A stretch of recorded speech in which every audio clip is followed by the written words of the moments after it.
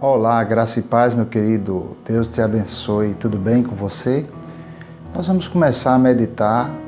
Eu quero fazer agora uma série de vídeos sobre oração e vida devocional.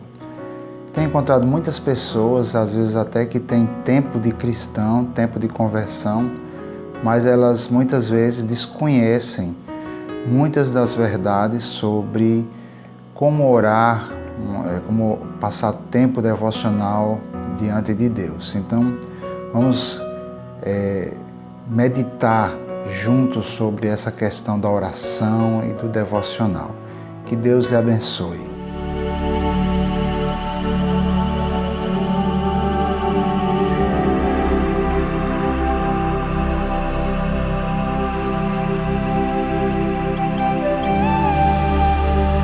Muito bem, então vamos meditar juntos sobre o propósito da oração. Para que serve a oração? O que é oração, né? Esse conceito de oração é bastante intuitivo. Todos nós temos alguma forma de se comunicar com Deus. Mesmo outras religiões, elas têm suas formas de oração, suas formas de prece. Então, oração é algo que é inerente ao ser humano, é intuitivo, está no coração do ser humano se comunicar com algo além, com o seu Criador. Então, a gente não precisa passar muito tempo para entender o que é orar. Orar é falar, é se comunicar com Deus de alguma forma. A Bíblia, ela é um livro que ensina muita coisa sobre oração. E nós vamos meditar sobre qual o grande propósito da oração. Hoje nós passamos talvez muito tempo orando por finanças, né? Às vezes a gente dedica tempo para orar por um emprego melhor, por uma condição melhor. Às vezes estamos precisando, sei lá, de uma casa, a gente não tem casa, ou não tem carro, ou precisa de roupa. Às vezes coisas básicas como alimento, a gente passa tempo orando, não é verdade? Enfermidade, a gente passa também muito tempo orando por enfermidade, às vezes buscando a saúde, buscando cura, buscando um tratamento, e pedimos a Deus ajuda com relação a problemas na área de saúde. Muitas vezes, eu falo também por mim, já passei muito tempo orando por salvação, de familiares. Às vezes é comum a gente aceitar Jesus como nosso Salvador, mas nossos familiares permanecerem na incredulidade. E a gente passa tempo orando, buscando a Deus, intercedendo por eles. Tudo isso é bom, é bênção, é necessário. E é um dos grandes propósitos da oração, é interceder por salvação. Nós vamos meditar sobre isso em outros vídeos dessa série. Mas você já pensou, você já meditou sobre como eram as orações antes do pecado? Será que Adão, ele orava por saúde? De acordo com a Bíblia, antes do pecado não existia doenças. Então Adão não orava por saúde, ele tinha todas as suas necessidades supridas. Então Adão, Eva, esse pessoal aí antes do pecado, eles não oravam buscando de Deus suprimento para as suas necessidades, porque eles estavam lá no jardim do Éden, eles já tinham todas as suas necessidades, não havia a maldição que veio depois do pecado, que é do suor do teu rosto, você terá que trabalhar, vai ter que dar duro, a terra não vai produzir com facilidade, será necessário tirar os espinhos, tirar as ervas daninhas para poder a terra ficar livre para produzir. Então Adão tinha uma vida de suprimento antes do pecado. Adão não precisava de ficar intercedendo, orando pela parte de finanças. É muito interessante isso. Então, o outro motivo que a gente sempre ora é a salvação de familiares. Adão não precisava ficar orando por salvação de familiares. Ele, a princípio, só tinha Eva, e Eva era salva, Eva não era pecadora, até antes do pecado, obviamente. Então, vemos que Adão não orava por finanças, Adão não orava por saúde, Adão não orava por salvação. E, enfim, parece que Adão não tinha esses mesmos motivos que nós temos hoje. Então, será que não existia oração antes do pecado? Qual era o propósito da oração? Bem, de acordo com a palavra de Deus, Deus passeava no livro de Gênesis, capítulo 2, versículo 19, Deus, todos os dias, ele chegava lá para conversar com Adão, eles tinham um momento, né, que a gente pode imaginar, e Deus conversando com eles, se comunicando. Deus trouxe os animais para Adão dar nome a eles, né? Então havia sim um momento de comunhão entre Deus e o homem antes do pecado. E na verdade, amados, a oração não foi criada somente depois do pecado. Havia uma comunhão entre Deus e o homem antes do pecado. E o homem se comunicava com Deus, o homem conversava com Deus.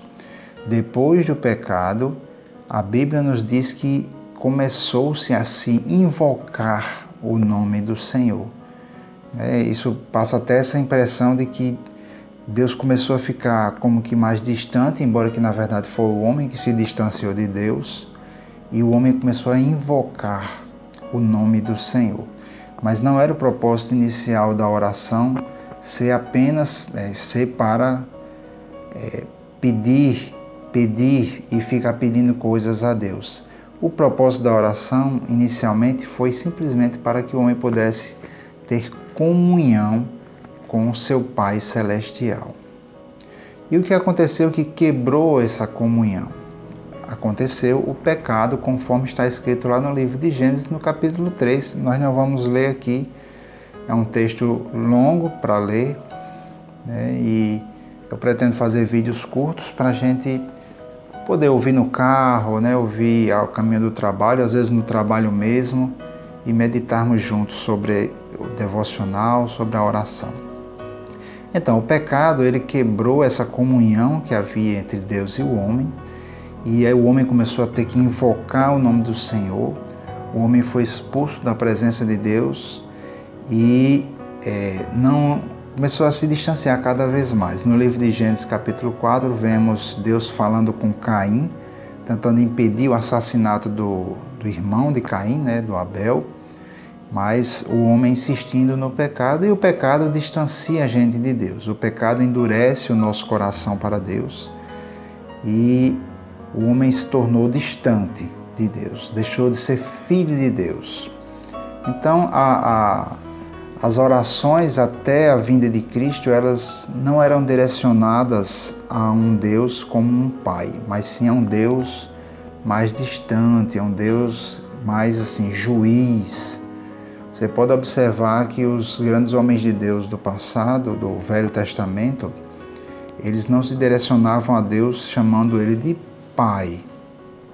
Mas Jesus, ele veio trazer uma nova aliança onde nós podemos retornar a Deus, né, como filhos agora. Então, quando Jesus ensinou o Pai Nosso, vou procurar aqui, está em Mateus capítulo 6, e o Pai Nosso, ele foi, na verdade, Jesus estava atendendo ali um pedido dos discípulos, né, dos apóstolos. Eles haviam pedido lá em Lucas, se eu não me engano, Lucas 11, eu vou colocar a referência. Os discípulos haviam pedido a Jesus para que Jesus ensinasse eles a orar, assim como os discípulos de João Batista pediram a João para que João ensinasse eles a orar. Então os discípulos de Jesus souberam disso e também pediram a Jesus para ensinar. Mestre, ensina-nos a orar.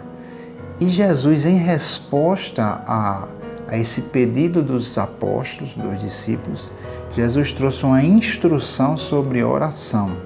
E essa instrução sobre oração é exatamente essa oração que nós conhecemos como Pai Nosso. Ela não é uma oração para a gente ficar repetindo ela o tempo todo. ela é um ensino, uma instrução sobre oração. Nós vamos ver isso gradativamente. Mas o primeiro versículo, que é a primeira parte dessa oração, que é em Mateus 6:9, Jesus diz assim, ó, vocês, ou vós, dependendo da tradução, orem assim, Pai Nosso. Então observe que Jesus ele quebra aí esse paradigma, né? Ele quebra a forma como vinha se falando com Deus. Ele inicia uma nova fase, ele inicia uma nova aliança, onde nós nos dirigimos a Deus agora, não mais como Deus, né? Um juiz, um Deus distante. Não, agora Jesus ensinou que nós nos aproximamos de Deus chamando Ele de Pai. Pai Nosso, é o meu Pai. E é interessante que realmente, ao longo do capítulo 6 de Mateus, você vai observar que Jesus chama a atenção para o fato de Deus agora ser o nosso Pai por causa de Cristo. Cristo nos restaura a essa posição de filhos.